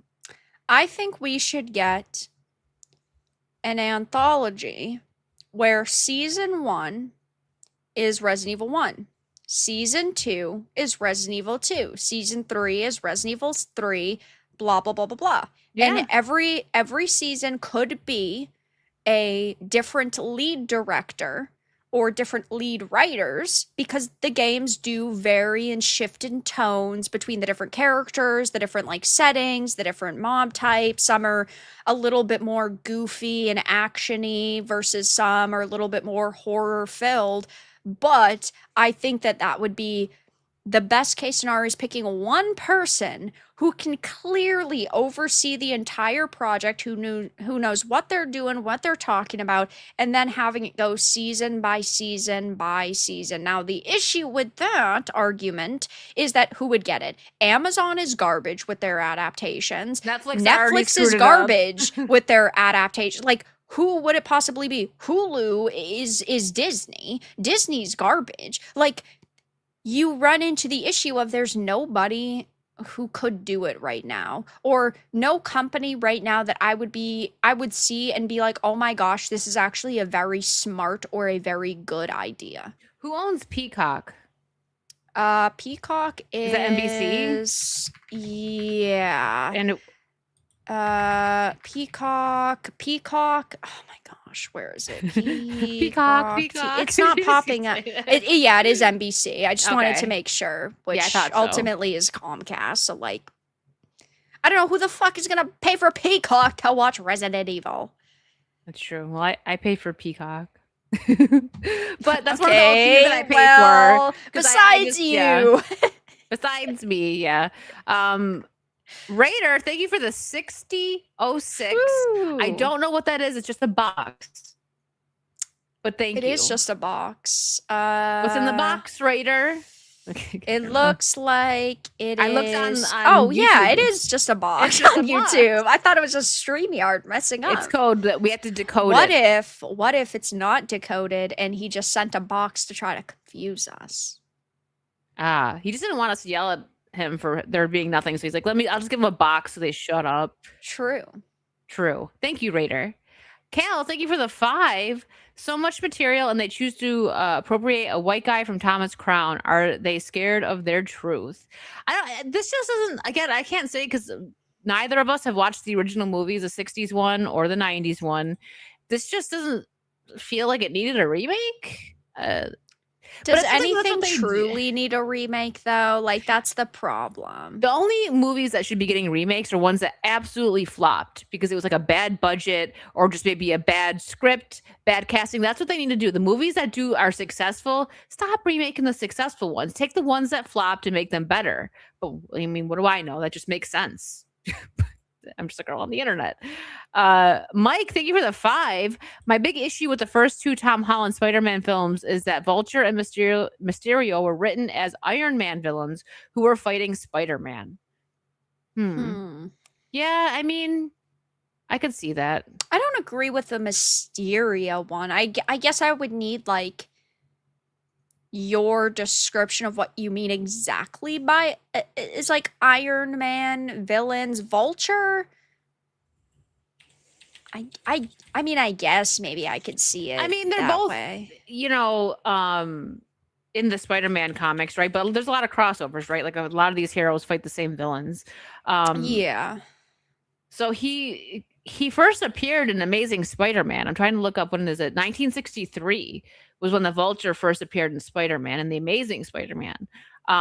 Do you mean more like tech-based? Enemies? Yeah, maybe that would make like, sense. Yeah, because like Vulture's a Spider-Man villain.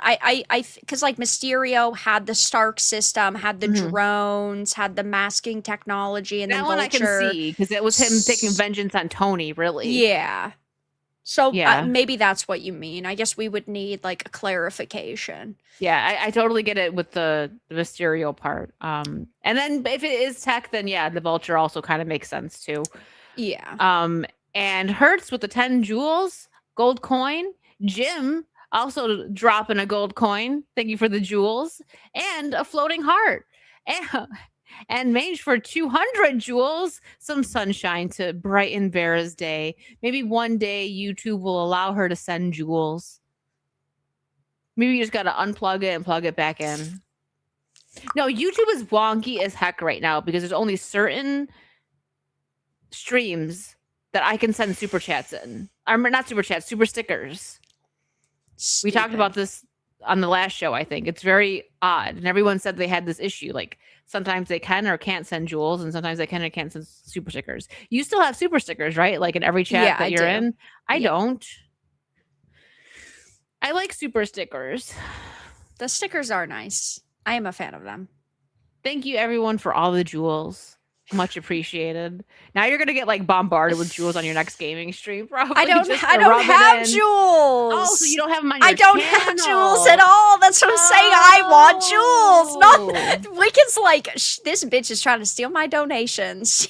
No, I don't mean I actually want the jewels on your stream. I'm saying I want the ability to get jewels, period. I thought you meant that you couldn't send them. So it's both. You can't send and you can't receive. Okay, no. Yeah. That's what I thought it was. I thought that you just like weren't able to send them and you're like, come on. No. I Okay, mean, so like, now I that makes can't. I don't sense. have the option at all. Well, you know what you can do, chat? When she goes live, you can send a super chat and throw like a jewel in there, like a diamond. Give her all the jewels. I don't like think the people, emoji. I don't. So that's what I'm saying. I don't think, and my channel can receive jewels. It doesn't have a jewel button. Well, no, but I mean, like if you do like a $1 super chat and throw like a diamond in there, there you go. Oh, I see. Just to make her happy. Yeah. Write it in the burn It's just book. not the same, man. It's purple. It's popping up on your stream, and it's purple. I don't get that. She is Catwoman. It checks out. And Big Raj, thank you for the thumbs up 10 jewels. We were joking about this the other week, but I love the Batman the Animated Series, and I love Catwoman, but I could never name one of my cats what Catwoman's cat's name is in that show. It's Isis. And I know it's got another meaning, but if I had a cat named Isis, people would be like, what's Isis doing back there, terrorist? Like, yeah, that's what my stream would be doing 24/7. They would. But so Catwoman has this one cat, and I love that cat growing up.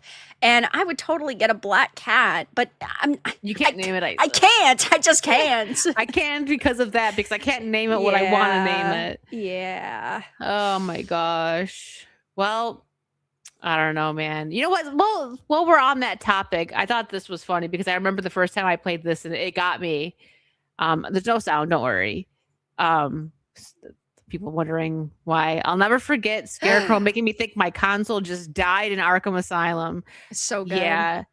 For me, it was my PC. I'm like, oh no. I just built this. What's happening? Yeah. It's so funny. Quality troll by the devs there. It is. It's so awesome. Oh man, I love those games. I got to get back to them again. I got to do a replay. Ooh, it's too freaking special. I miss those games, and we're never gonna get another one, which is depressing, unless it's a remake. And I don't trust. I do not trust them now. So I don't either. None of the original devs will be working on it because they all quit and left. So yeah, leave it alone. What everyone always says, what game would you tell people to start with? Like in order of release? That's what I tell people, like the way they came out. Because you can do it in like chronological order, but if you want to experience it the way people did when they were released, I say, which was the first one released? I don't even know. It was Asylum. That's my favorite one. So based on release dates, it would be Asylum City Origins Night. Chronologically, it's Origins Asylum City Night. I love both Asylum and Origin, and whenever I replay the games now, I play Origins.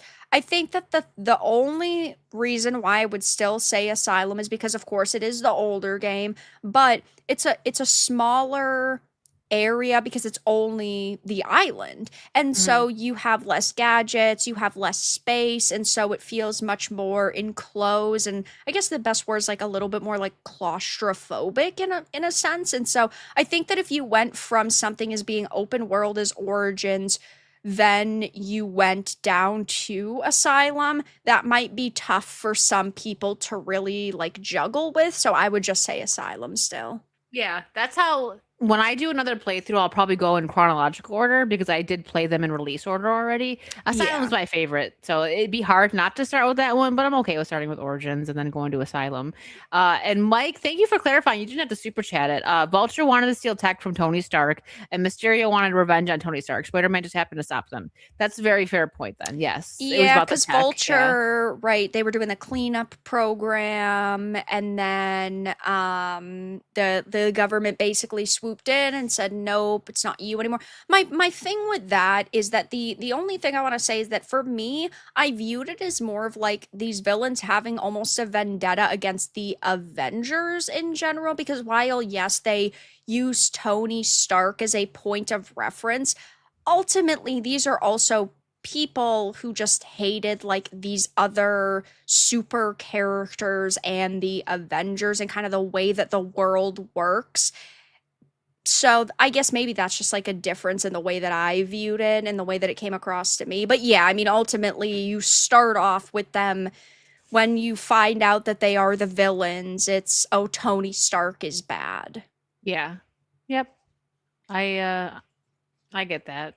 And again, there's no standalone Tom Holland Spider-Man. It's always about some other hero, whether they're there or not. He was right? introduced in a Captain of freaking America movie. He didn't even get his own like origin movie. I remember now. I mean, it was cool, like seeing him with the shield and everything. Like I was on board with that scene, but I did have complaints. Like I'm like, okay, I'm a big Spider-Man fan. Where's his movie? Right. I want his movie first. Introduce him in a solo movie.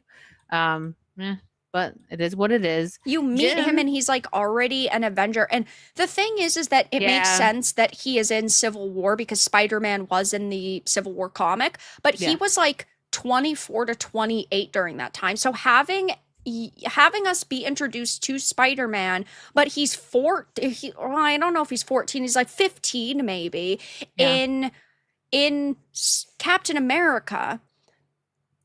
I guess like technically Spidey should be there, but he's way too young, and so then you need to have a more aged up Spider-Man if you're just skipping past like his origin story. And I wouldn't mind them skipping past like the high school years and then they tried to just introduce like a college level Spidey. That could be really interesting. Yeah. But you like sort of have to pick your battles, and they wanted everything to go the way they wanted it. They wanted this cool, young, funny, like comedic MCU humor-esque character, and they wanted to throw him into the mix, but he was like an Avenger from the get-go. He needed to be older. Yeah, I agree with that. Jim, thank you for the 2 jewels, Sparkles. Miguel, thank you for the 1,000 jewels, a GOAT trophy. Thank you. Okay, chat. Now you're just triggering me. Thank you. Oh, I love the eagle. I'm mad that I missed it. It looks so cool. Sorry, it looks really cool on the like chat. No. Thank you. And Austin for the 30 jewels, a flower. Thank you. Cool. Oh, I see it. The eagle did look cool. The eagle does look cool. I'm pulling up. I see the GOAT trophy now. That's the first time I've seen that one. Thank you. It's cute. And Austin with more flowers. Wow. Thank you, Austin. I'm sorry. I'm sorry. Hey, you know what? A win is a win. I just want to know why I don't also get them. Why don't I get this cool feature? I'm sorry. Well, you know what? Maybe this will cheer you up. What are your thoughts on the new Ghost Rider? I know you love Nick Cage, but we also love Ryan Gosling. Yes, I do. What's your take on him being cast as Ghost Rider in the MCU? I do really like Ryan Gosling. He is a very good actor, a very interesting actor, and I am excited for this to a certain extent. But Sean Levy being a part of this is a little bit of a red flag. And also, I think my problem is I don't know where the MCU is going to be in a couple of years. So until like Doomsday and Secret War is done, why do I care about the future of the MCU? Like, they might kill off 90% of the characters I like and then leave the cringe characters, and all we're gonna have is like right, the Thunderbolts and Ironheart and She-Hulk and maybe like Thor, and that's it. So why would I care about the future of the MCU at that point? Yeah, they might let us keep Thor. So like Thanks. hopefully as a standalone movie it will still be really good. And I am curious to see how this turns out, but yeah, I just have a lot of question marks at this point. And I forgot to share sound, so give me a second. You'll like this. This will cheer you up. Whoa. So this is your reminder that Ryan Gosling has to beat this. You know, I gotta give Ghost Rider, the Nick Cage one, another watch. All right, you ready? You got the earbud in? Yes.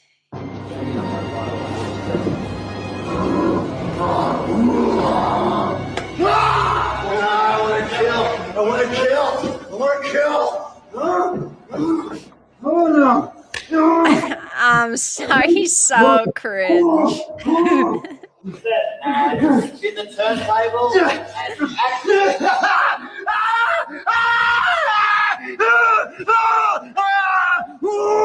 Enable us to shoot quickly and in any direction we wanted to without even having to That move looks a line, cool. basically. That does.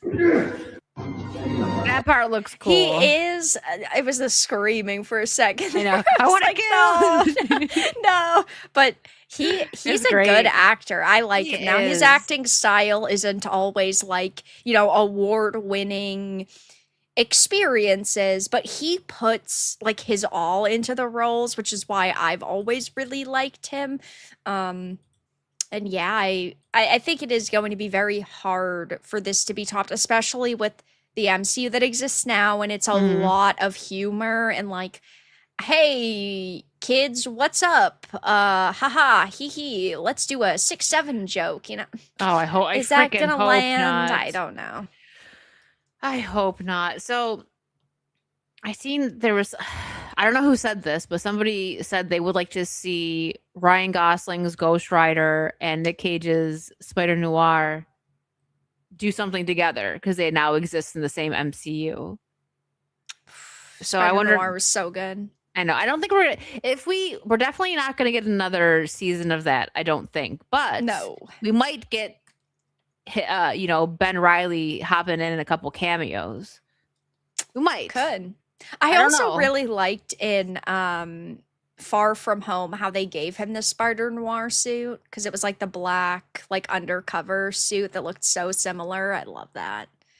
Yeah, it was a nice Rusty for 67 jewels. 67. Vera's upset now. You She's like, had what? to I hit don't-" us with a 6-7 double whammy She's like, here. now I don't want the jewels. It's- Okay. You know what, Wicked? You can keep them. Congrats. Thanks. All right. So, any Avatar Last Airbender fans in here? We're gonna pop this up first, and then I'll just pull up like the cover. So, Avatar Aang, The Last Airbender team, they debuted using a Spider-Verse style 3D animation before deciding to stick with the franchise's classic look. Thank you for that. The 2D Yes. animation, if it would have been like, don't get me wrong, the Spider-Verse style is fine for that, but I did not want that. Have For you seen the Avatar. animation style for the next Avatar series that they're doing with the twins? I have Oh not. my Is it god, bad? it looks horrendous. Oh, no. I'm gonna see if I can find it for you. See if you real can quick. find it. One day it just hit me. I was like, what are we doing? This is Avatar. This is a love letter to Japanese anime. This needs to stay 2D. These characters need to be hand drawn. There's beautiful stuff being done in 3D, but as artists, we should be able to explore all different mediums. We're trying to keep this art form alive a little bit longer. I agree with that. I miss 2D animation so much, like classic Disney. Beautiful. Now it just looks like more of the same. Everything looks similar because it's all 3D. Yeah. So I'm glad that they went this route. And with that being said, let me just pop up. I this. really was so worried about this Avatar movie because they initially had talked about putting it in theaters and then they decided wish they against that. would've. This would have been so good in theaters, but they did. talked They did select theaters, but like in Yeah, California and that's- stuff. I'm like, come on now. that's not the same. It no, needs it's to be not nationwide. yeah, worldwide. nationwide. But when they had initially planned to put it in theaters, and then they said, we're going to scale that back. I became really worried. Then we had heard, which is one of my major problems with it, is the cast was changing. I was worried about it, but now that I've actually watched it, I really enjoyed it, because a lot of the times we get like prequel or sequel content that ends up being a much lower level of quality than the original. But in this case, this movie was pretty good. I thought it was great. I thought this definitely felt like a love letter to the original series, which that has climbed the top to being one of my comfort shows. Like, forget just like a great animated series. The Avatar Last Airbender is just probably one of the greatest shows ever made. Like, people who don't even like animation will watch that and be like, it was just such good storytelling. Like, I could watch thousands of episodes of just them going on random adventures. Give me all the filler. I don't care. The stories were really well done. Would we get that now? I don't know.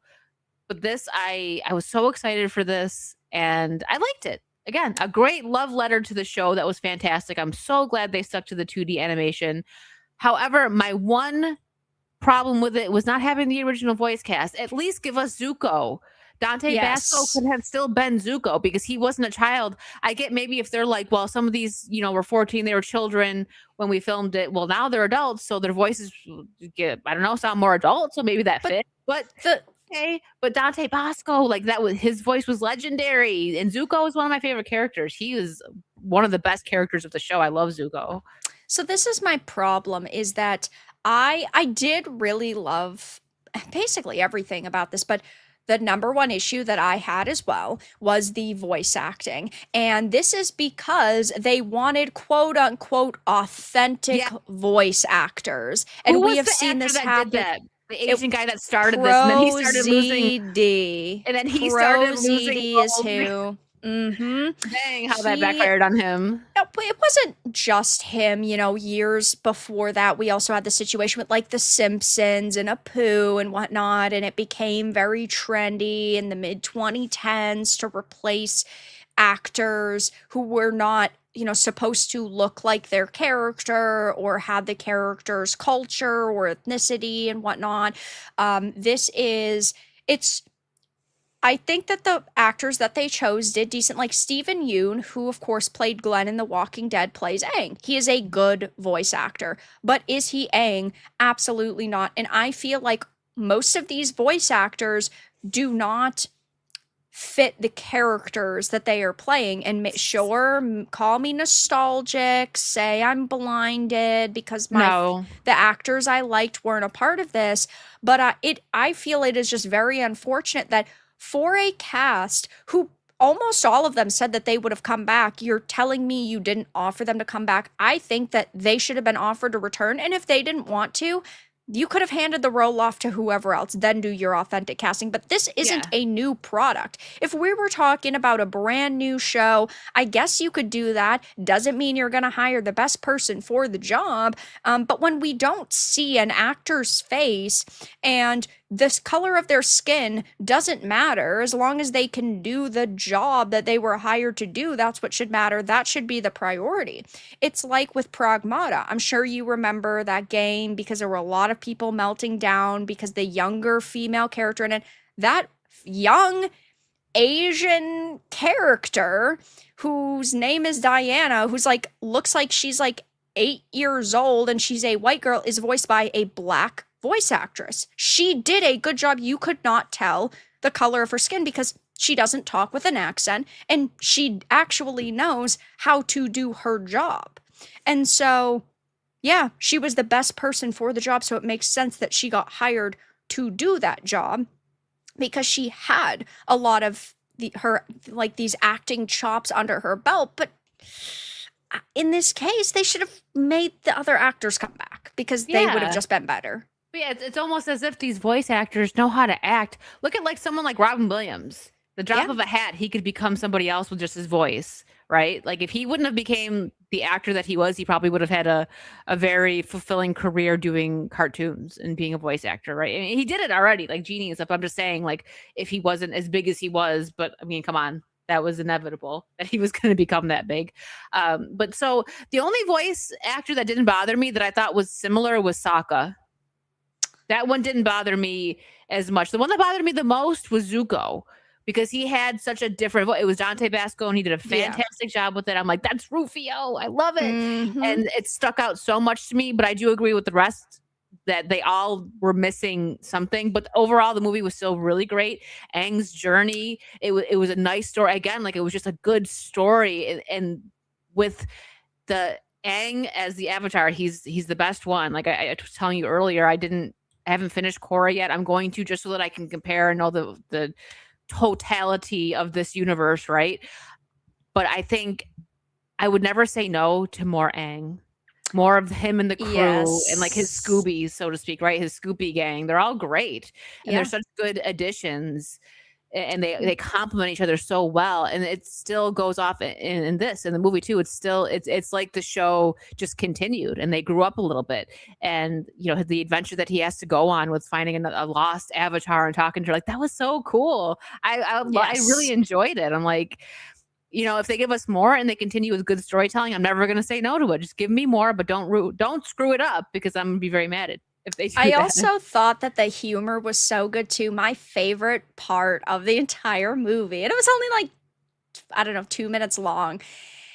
Zuko is sitting on his throne, his Fire Lord throne at the beginning, and he gets a scroll, which is a message from Aang. Oh, yeah. And the footman has to open the scroll and read it, and he's like, it's got to be from the Avatar. Let's hear it. And he goes, and it's Aang who says, "Yo, Flamio Hopman, what's going on? How is it to be the Fire Lord?" And he's like, "We really need your help. By the way, can you bring me some firecracker buns?" And that was it's so Aang. It's like, hey, shit is fucked. Bring snacks though. Like, what? I can feel that. That is Aang to a freaking T. What he said, I forgot who he mentions, but he's like, "Is so and so still annoying you?" Yes, the Chancellor. Is the Chancellor still? And the Chancellor's standing right there. And that humor is still there. That is just so good, because it feels like and of course, the last time you saw these characters, they were young, because this is a 13-year time gap. So they were like teenagers, and Aang, of course, was supposed to be acting much younger than he technically was. Yeah, he was like 13, right? Yeah, in the original series, yeah. And then in this, it's 13 years later. They're adults. But you get that childish sort of humor as you are transitioning to like meeting each member of the crew again and seeing what they've been up to. So it didn't feel like it was drastically different. Yeah, that's why. So I was talking about this earlier on the Midday Mixer, how movies that we get now, the cope that people get, like if people like us critique something that's supposed to be a children's film, it's made for kids. Okay, but when I was growing up, movies that were made for kids, my mom also enjoyed. Adults enjoyed because they were family films. Yes. And the way they wrote Avatar Last Bender, you could be an adult and start this show and still like it, because it is just a well-written story. Right, it's not like the Emoji Movie that is just slop that makes no sense. Like, in children's entertainment, you used to have these larger messages about being a good person or making, sacrifices. And sometimes you have to do things for the people around you, and you have to care about them. And sometimes you have to be brave and strong. And in a lot of children's entertainment now, you don't get that anymore, which is very unfortunate. So this was a welcome change from that. This movie stuck to the formula of the show. So I tell anybody, if you're into... Even if you're not into like animated shows, I think you should give I think it's on Netflix. I think so. I think it is. It might even be on Prime. I would say give this a try, the show, and then obviously the movie, because it's so well written. Korra, not as good, but I got to finish that. Like I said, I just want to have the whole universe in my brain, right? So that's why I'm going to watch that. But this was... Appa was there. Appa was in there. He should be in this. I agree, because I freaking love Appa so much. Appa's so amazing. I would die for Appa. Okay. I have trauma still from the Appa gets lost episode. It was a whole arc. It was like the arc, yeah. And then Suki finds him, and oh my god, Cleans and then him up, then like Poor Like baby. Aang gets back to him and he's like, What did you do with my bison? And he threatens to kill everybody. Oh my god. I was irrationally mad seeing that. I'm like, kill them all, Aang. I don't care. Yep. Kill them all. They took Appa. Have to do what you have to do. Appa or Momo? Appa all day. Momo is fine, but we could do without Momo. Let's be real. We can't do I- without Appa. Screw Momo's that cute. stupid little monkey. She's I don't like, care. I hate that thing. Ugh. Appa is amazing. I actually put a big Appa plushie on my wish list because I found it and I was like, I tried to order it myself on eBay and they refunded, like something got messed up and they just refunded me and I was like, okay, you suck. And then I found one on Amazon and I'm like, I'll put it on my wish list. Maybe it's not meant to be yet. Yeah. He's cute. It's a sleepy Appa and I want to sleep with him Aw. all the time. But yeah, I like Appa more than Momo. I mean, Momo's Absolutely. fine, I guess. But if he I was just, like, removed from the show, it wouldn't mess it up. yeah, bye-bye. I But mean, we the have to deal with Sokka anyway. He's basically Momo. Like, they're the same thing. All they do is eat and annoy you.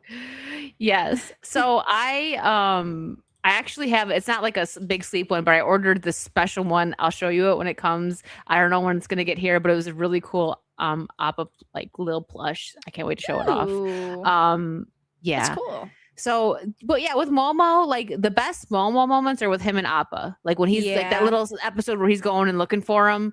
So it's like definitely Appa because you need him. And then this movie, I like got so excited when they showed the field of flying bisons. Oh my gosh. I was like, yay. And Appa was so happy to have a family again. Yeah, It was it's too cute. adorable. Yeah. So this was great. It If you liked the show, absolutely watch this. Great addition. If you haven't seen the show, I highly suggest it, especially if you're into animated movies. This was, like I said, this was like a banger for no reason. Nickelodeon was just like, you know what? Boom. Like, let's just throw this. I think this even beat out, when this came out, it was more higher rated than SpongeBob, which was like their highest grossing show. Like, Yeah. yeah. So, but even if you don't like animation, I would say just give it a chance. You might like it. The story is fantastic. I still wish it was in theaters though, nationwide. I would have know. loved to have seen this in If theaters. if they ever release it in theaters, I'll go see it again. This would have Oh, been yeah. fantastic in theaters. Yeah, I was so mad. Absolutely. I looked and like I seen like a tweet like they're releasing it in theaters. It was like in California. And I'm like, that's pretty It gay. is what it is, I guess. Can't win Yeah. them all. Can't win them all. Nope. But it's nice. It's so refreshing for us to have something that we were excited and happy about, even though you watched it 6 months ago. But it's okay. Yeah. I did. That's okay. My opinions are still the same. Yeah. Let's catch up on supers, guys. Thank you so much. Doom Guy for 5, Ryan just like, oh no. Heck no. How about someone actually that looks like the character? Well, I mean, his face is gonna be on fire, so I'm kidding. Bad joke. I like Ryan Gosling, so we'll see. I don't think he's gonna surpass Nick Cage for that role. Yeah. And again, especially like what Vara said, the current state of MCU, what's the writing gonna be like? So but they definitely could have gotten someone worse. What if they would have put Pedro True. Pascal or something? Like, come on. Oof. Rough. Sorry. Raider for 67 with sunglasses. He is just trolling Vera at this point. Damn. It's one of those nights, huh? But let's see. Let's decode. So the first one was a box. The second one was sunglasses. Sunglasses in a box. Did you get some new sunglasses, Raider? In a nice fancy box? Maybe. What are you, I a don't know. cat? Are you a cat? I like boxes. Oh my gosh. And Ken, thank you for the 10 jewels of floating heart and for 30 jewels of flower. Thank you so much. I appreciate it. So we're getting to that time. And again, guys, I'm so sorry that my traveling has been messing up the show, but I will be in Vegas next week just True. for a couple of days doing the meetup. So if you're going to be there, come say hi. But then after that, we will get back to our regularly scheduled programming over here. And what we're gonna do, we have been, reviewing House of the Dragon. We're just gonna let the last few episodes finish up, and we'll give you like a whole season. Yes, because wrap next up. time we'll probably be doing I would assume like a dual one, because we'll talk about Spider-Man and we'll also talk about the end of House of the Dragon. So Yeah, perfect. we'll get that two works. reviews in on that week.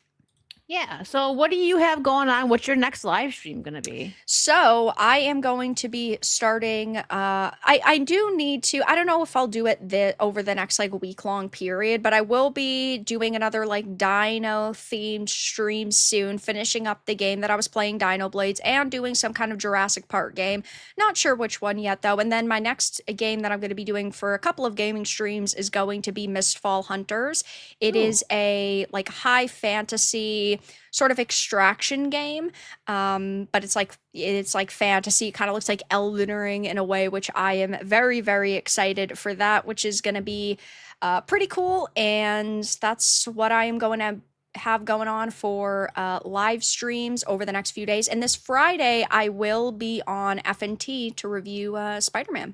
Nice. Well, I hope you have fun. As for me, I do have one new announcement. Tomorrow, I am starting a bi-weekly show called Wicked at Night. And my hopes for this is to give kind of like a 60s retro talk show vibe, like just chill. We'll cover, current news and stuff, but we're going to try and make it like light and fun. And it's just going to be at 8 p.m. Eastern bi-weekly.